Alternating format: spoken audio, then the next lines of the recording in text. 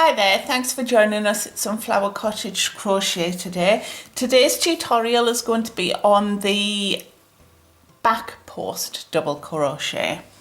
So we'll just dive straight into how you do the stitch. Here you can see I've already set up my foundation row.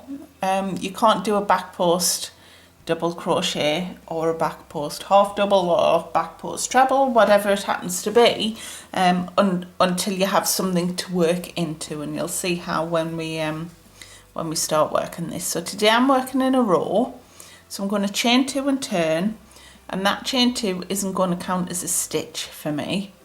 So the first stitch and the last stitch in your rows will always be a normal stitch. So you will go through the front loop and the back loop to work your double crochet as you would ordinarily. And then at this point, what you do changes slightly. So you can see here the makeup of the stitch. We have front loop, back loop, and a third loop there, but we also have the post of our stitches, which are these long bits here.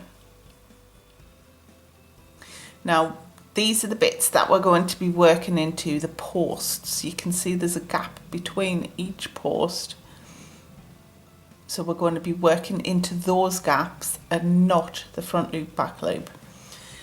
So if we're doing double crochet, we need to wrap our yarn around our hook. Now back post is a little bit awkward just to get the hang of, but once you've got it, you've got it. So we've wrapped our yarn. Now in front post double crochet, we would go in from the front, hook the post and stick our hook out the other side. But for back post, we need to do that the opposite way. So we need to go in from the back, hook through to the front, down the side, so that the post is actually at the back. But you can see we've hooked the post on our hook. Wrap our yarn and pull it through. Sorry, a little hair there. And then wrap our yarn, pull through 2, wrap our yarn and pull through 2. So what this does when we do back post is it pushes the front loop and the back loop forwards. So if we do that again, so we'll wrap our yarn, this is our next stitch. So we need to go into the post from the back and then hook it onto, can you see that? Hook it onto our hook, pull the yarn through, and then work your double crochet as you would ordinarily. And just one more time. Wrapped our yarn, so we've got our 2 hooks, hoops on our hook, sorry. Then we need to, from the back, across the front and down into the back again, hook that post of the next stitch and pull through. So we've got 3 loops on our hook, yarn over, pull through the first 2 hoops, yarn over, pull through the next 2 hoops. So that is basically how we do it. As I say, back post double crochet can take just a little bit more time to get used to, because it is slightly more awkward going from the back through to the front and out of the back again. As a handy hint, try and make sure that your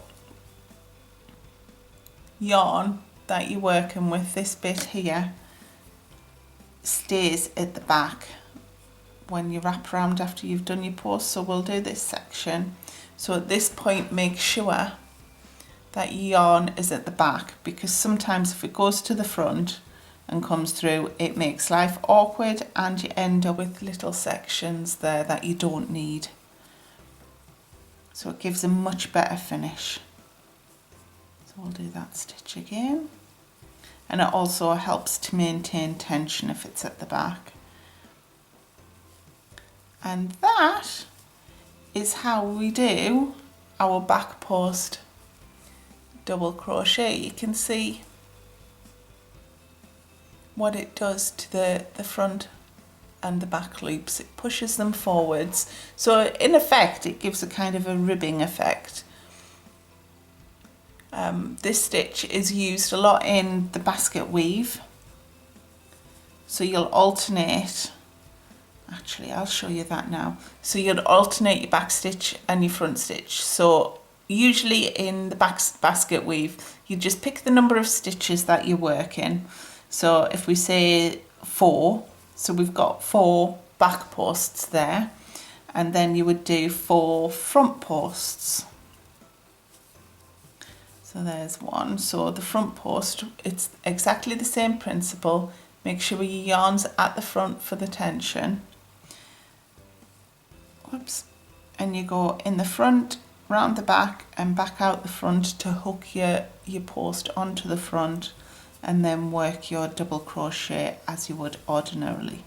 So there's 2, 3, 4, and then you would move back to your back posts. Can you see the texture that's coming up there by mixing the front post and the back post?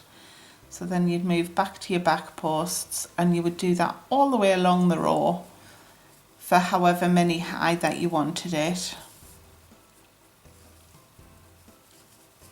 Just get to the end of this one. 3 and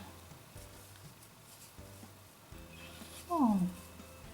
So the last one I just did a normal double crochet into the front and the back loops, as I mentioned at the beginning of the video.